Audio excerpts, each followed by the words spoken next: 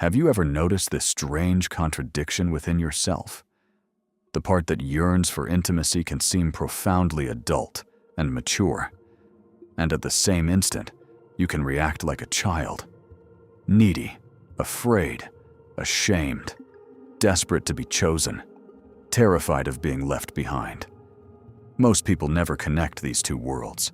They treat sexual energy as a separate compartment, desire on one side, childhood wounds on the other. But Carl Jung would tell you something both disturbing and liberating. The psyche doesn't separate things in that way. The same inner current that reaches out for connection is the same current that carries your oldest, unmet needs. The same energy that pulls you toward unity is also the energy that protects your younger self from pain. And if you learn to work with it consciously, your desire ceases to be a source of confusion and becomes a gateway to healing the inner child. Not by repressing it, not by blindly satisfying it, not by turning it into a moral battleground, but by listening to what it symbolizes. Because in Jung's view, libido is not merely physical, it is psychic energy, a living force that moves through images, fantasies, dreams, impulses, and emotions. And when libido intensifies, especially through attraction, it awakens not only pleasure, it awakens the entire unconscious field surrounding the bond: belonging, abandonment, security, power, and self-worth. This is why someone can feel a spark for another person and suddenly become completely irrational. Not out of weakness, not out of being broken, but because a complex has been activated. For Jung, a complex is an emotionally charged knot within the psyche, formed long before adult logic has a chance to develop. Jung called them semi-autonomous. This means that when triggered, they behave like little personalities within you. If you've ever thought, "Why am I acting like this? This isn't me," Jung would gently reply. It is you, yes, but it's not all of you. It's a part of you, almost always younger, trying to get something it never received, or trying to avoid something it once suffered. And here's the truth you need to hold on to for the rest of this video. The inner child doesn't speak primarily through words. It speaks through energy, through urgency, through voracious desire, through fear, through fantasy, through that sudden intensity in the body, that electric pull that feels much bigger than the situation warrants. And if you try to heal the inner child with just positive thinking, while your libido continues to unconsciously control everything, you'll repeat the same patterns with different faces, different names, and the same old emotional script. So, what would Jung do? He wouldn't tell you to stop desiring. He wouldn't shame your desire. He would ask you for something much more radical, to become aware of what your desire truly seeks. Because the ego thinks, "I want that person," but the unconscious almost always says, "I want the whole." The ego says, "I need this connection." The unconscious says, "I need to reclaim something that was lost." And what was lost, Jung would say, has a name and an age. And confronting it is the first step in all healing. Imagine a child who very early on learned that they needed to be strong, or that they needed to be good, that their needs were inconvenient, that attention only came when they performed well. Carl Jung would say that this part of you, your spontaneity, your gentleness, your genuine hunger for love, didn't die. It just went underground. It became what Jung called the archetype of the child, the vulnerable yet powerful seat of the self, the beginning of all renewal, the secret center of vitality. But when the child archetype is wounded and unconscious, it doesn't appear as sweetness. It appears as compulsion. It appears as persecution. It appears as the act of constantly testing the other. It appears as panic when someone is slow to respond. It appears as a need for reassurance that is never fully satisfied. It appears as an intensity that burns out quickly and collapses in disappointment. Jung described a specific form of this energy, the pure eternus, eternal youth, always yearning for the perfect rescue, the perfect romance, the perfect feeling that would finally make life secure. And sexual energy, being so potent, becomes the quickest route to that wounded inner child. That's why you can be confident in your career and still feel powerless in intimacy. That's why you can be logical all day and then find yourself emotionally overwhelmed at night. That's why you can promise yourself you won't repeat an old pattern, and then one look, one touch, one message, one moment of attention, and suddenly the old script starts playing again, as if you never had a choice. Jung observed something crucial here. These reactions are not signs that there is something wrong with you. They are signs that something inside you is trying to be seen. The child is not sabotaging you. It is crying out for help in the only way it knows how, through the intensity of desire.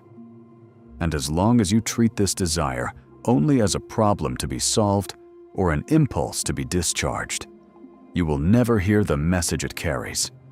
You will only silence the messenger and keep the wound intact.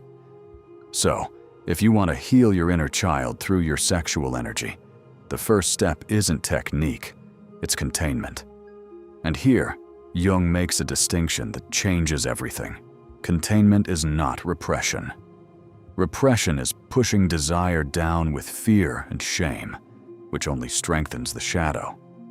Containment is something completely different. It's the ability to sustain tension, to remain present with the energy without collapsing into either extreme, neither blind indulgence nor harsh repression. Just presence, permanence, letting the psyche reveal what it has been hiding behind the impulse.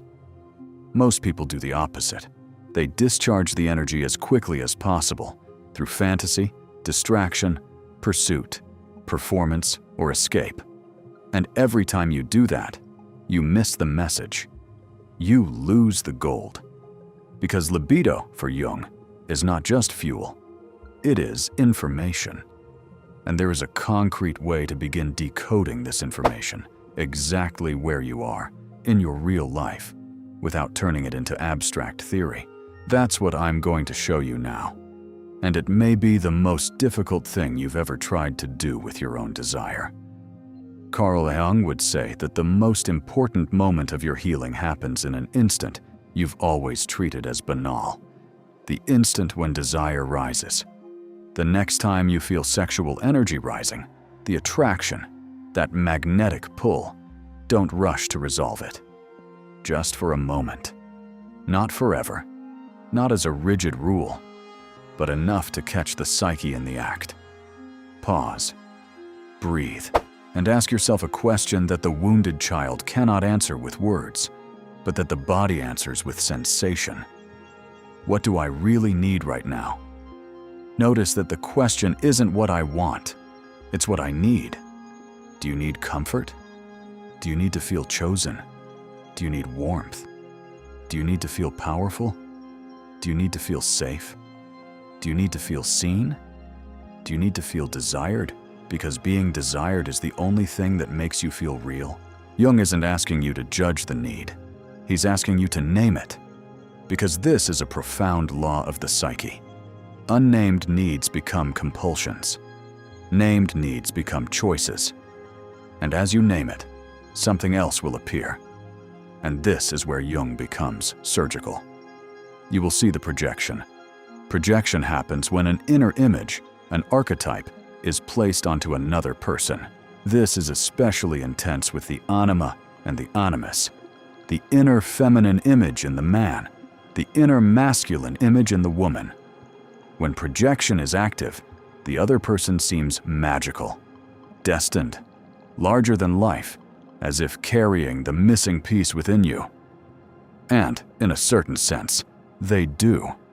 But not because they are the missing piece, rather, because they activate that piece within you.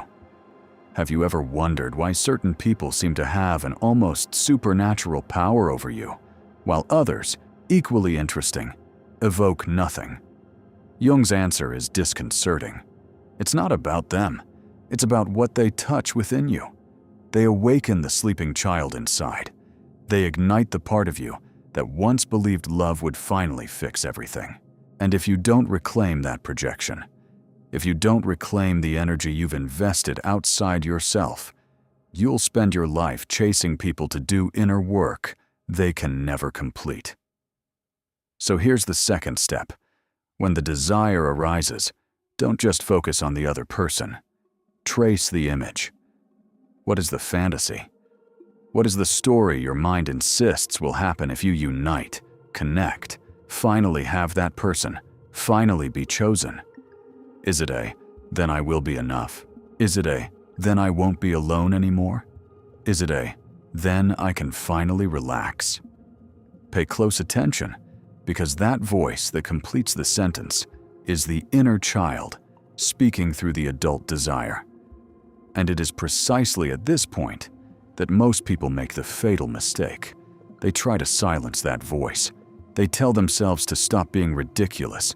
We shouldn't need this. This is weakness.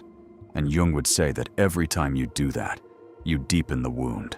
You exile the child even deeper into the basement of the psyche.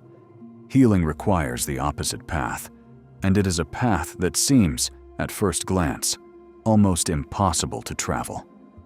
It requires you to become something you may never have been, and that is what we will talk about now. Carl Jung would say that to heal the inner child, you need to become the adult your psyche never fully was. And this begins with an internal gesture that seems simple, but can dissolve years of unconscious panic. Instead of acting on desire, you turn directly to the child within. Not with childish language, but with presence. You say internally, calmly, I feel you. You don't say stop it. You don't say you're embarrassing me. You don't say we shouldn't need this. You simply say, I feel you. I understand what you're trying to do. You're trying to protect me. You're trying to get love. You're trying to ensure we won't be abandoned again. This simple recognition, made with sincerity, already begins the integration process. Because what the inner child most longs for is not the satisfaction of desire. It is recognition. It is being brought back to consciousness instead of being exiled to the depths of the psyche. And this is where many people get scared. Because when you stop discharging the energy immediately, it doesn't disappear. It intensifies. And that's good. It's not comfortable, but it's good. Because now, for the first time, you can witness what it contains. It was no accident that Jung was fascinated by alchemy. He saw it as a symbolic mirror of psychic transformation. The raw material is placed in the vessel. Fire is applied. The material decomposes, reorganizes, and something new emerges. Your libido is the raw material. Your consciousness is the vessel. And your ability to remain present, without acting impulsively, is the fire. But there's a detail Jung would be sure to point out to you. When the fire rises, the shadow rises with it. That's why some people, when trying to be present with desire, suddenly feel shame, anger, sadness, emptiness, or even disgust. They assume something has gone wrong. Jung would say the opposite. Something is finally becoming conscious. Because the inner child doesn't just carry innocence. It carries everything it had to swallow. The humiliation, the fear, the loneliness, the anger, the unrequited desire, the pain of not being understood, the pain of not being accepted. And sexual energy, by reaching so deep, stirs up this entire field at once. So the third step is working with the shadow, but not the fashionable version. The one where I accept my shadow is an empty slogan. Real shadow work means finding the emotions that were split open when you were young. Ask yourself, without dramatizing, what feeling lies beneath this excitement? Sometimes it's tenderness. Sometimes it's grief. Sometimes it's loneliness wearing perfume. Sometimes it's anger that was never allowed to speak. Sometimes it's a hunger to be enveloped, protected, soothed. And here's the most important part. You don't need to resolve this right now. You just need to stay with the feeling long enough to stop being possessed by it. Because Jung's goal was never to make you pure. It was to make you whole. And being whole means you can feel desire without being hijacked by it. You can feel longing without collapsing. You can feel attraction and still remain yourself. And when that happens, something extraordinary begins. For the first time, the inner child sees an adult presence that doesn't disappear the instant the intensity appears. But recognizing the wound is only half the battle. The other half is releasing the energy it has trapped. And that's where the real power lies. Carl Jung would say that healing the inner child is not just about calming it. It's also about releasing its energy. Because the inner child is pure life force. It's playfulness, creativity, spontaneity, wonder. The ability to feel without immediately shielding oneself. When it is wounded, this energy becomes anxious and compulsive. When it is integrated, this same energy becomes radiant and creative. And the question is, how to convert sexual energy into healing energy? Jung would answer with a very misunderstood word: sublimation. People confuse sublimation with suppression. Jung didn't mean you should crush desire. He meant you elevate the energy to a higher expression. You allow the libido to move upward through the psyche, transforming into creativity, courage, honesty, that kind of intimacy that is not performance, but presence. And there's a practice Jung would recognize immediately because it works directly with the unconscious: active imagination. When the libido rises, especially when it comes entangled with longing, sit in silence and give that energy an image. Not someone else's fantasy, but an image of the child within you. You don't force it, you let it appear. Perhaps it will emerge as a younger version of yourself. Perhaps as a symbol, a room, a door, a small figure, a forgotten object. Jung taught that the psyche speaks in symbols, and the archetype of the child often appears as something small and precious that needs protection. And then, instead of analyzing, you dialogue. Ask the child, what are you afraid will happen if we don't pursue this? Ask, what do you think you need to feel safe? Ask, what do you want me to know? And then listen, not with the logical mind, but with the feeling of the body. And when something arises, you do the most important thing a wounded child needs. You stay. You don't argue. You don't correct. You don't say that's irrational. You say, I'm here.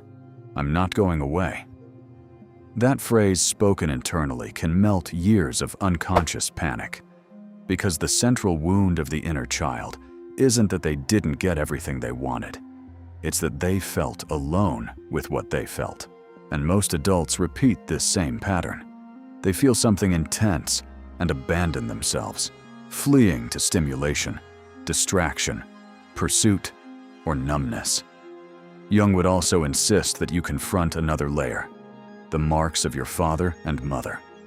If your desire becomes clingy, frantic, terrified of rejection, there may be an activated maternal complex, a deep pattern revolving around nurturing and security. If your desire becomes performative, competitive, needing to prove its worth, there may be an activated paternal complex, a pattern revolving around approval and authority. This has nothing to do with blaming your parents. Jung wasn't interested in blame. He was interested in liberation. And liberation comes when you recognize this feeling is old. It's not invalid, but it's a repetition. So the fourth step is this. When you feel desire, notice if the energy comes from the fullness of the adult or the hunger of the child. Adult fullness says, I want connection, and I can remain firm even if it doesn't happen. The hunger of the child says, I need this to feel good, and if it doesn't happen, something inside me panics. When you perceive the hunger of the child, don't shame it, because shame is precisely what keeps the complex in the dark. Instead, do something counterintuitive. Give the child what it seeks, but from within. If it seeks warmth, place your hand on your chest and breathe slowly, signaling security. If it seeks reassurance, say internally, "We are okay. We can handle this." Sometimes, the inner child doesn't need more romance. It needs you to stop betraying yourself. And what happens when you do that reveals Jung's deepest secret about love. Carl Jung left us a secret that almost no one hears in modern conversations about sexuality. Eros is not just attraction.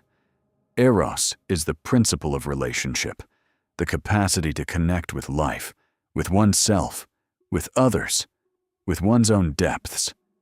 When Eros is wounded in childhood, you begin to seek connection through intensity instead of intimacy. You confuse being desired with being loved. You pursue chemistry because it gives you a temporary identity. So healing the inner child through sexual energy ultimately means transforming intensity into intimacy. And intimacy, in Jung's language, is an inner marriage, the union of opposites within you. It is here that your sexual energy ceases to be about obtaining and becomes about integrating. You integrate your tenderness with your strength. You integrate your longing with your stability. You integrate your innocence with your discernment. You integrate your passion with your limits. And as these opposites unite, the psyche no longer needs to reenact the wound of the child in adult relationships. This is why some connections seem addictive. They keep the division alive.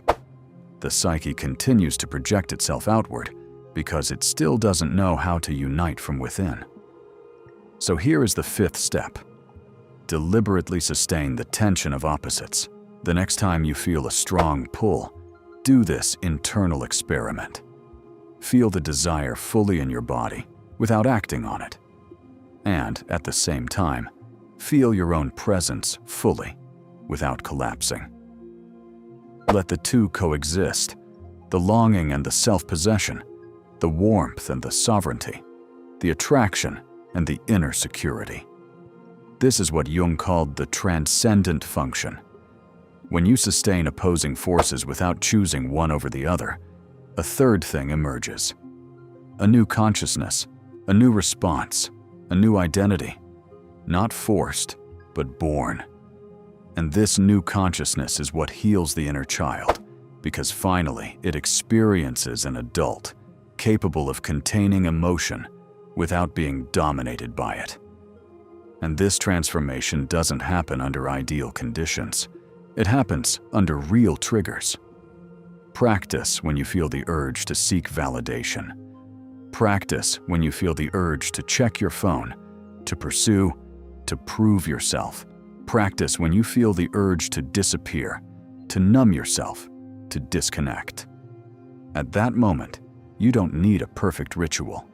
You need a single conscious interruption, a breath, a pause, a question. Which part of me is driving now?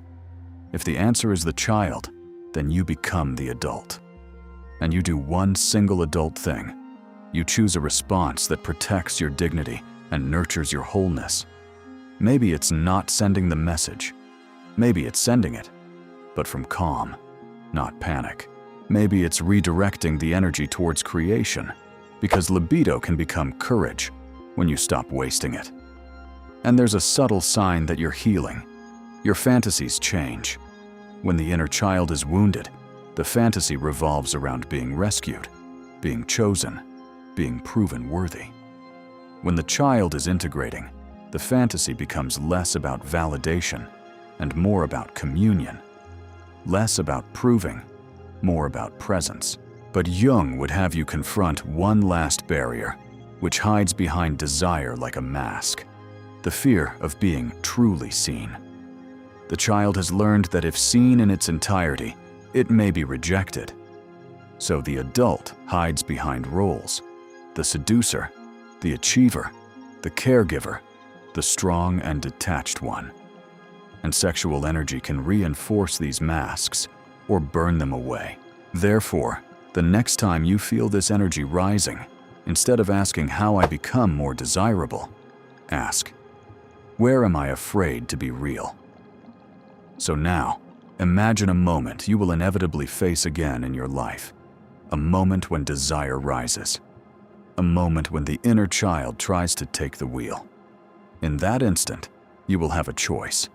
You can do what you've always done: chase, numb, act, collapse, or run away. Or you can do the alchemical thing: hold on, feel, and listen. And if you listen long enough, without fear, you will hear what the inner child has been trying to say through your body all along. Don't give me someone, but don't leave me. Don't make them choose me, but choose me. Don't fill this void, but stay with me while it hurts. And when you do that, the energy doesn't disappear. It transforms. It becomes firmness. It becomes clarity. It becomes a warmth that doesn't beg. It becomes a presence that makes intimacy real. Not because you finally found the perfect person, but because you finally stopped abandoning the most important relationship of all, the one you have with your own soul. If these words touched something deep within you, don't let this moment pass in silence. Leave a like, because that helps this message reach other souls who also carry a child waiting to be heard. Write in the comments, even anonymously, what you felt when you heard this, because your honesty can heal another person. And subscribe to the channel to continue this journey of integration, because the work of returning home to within yourself has only just begun.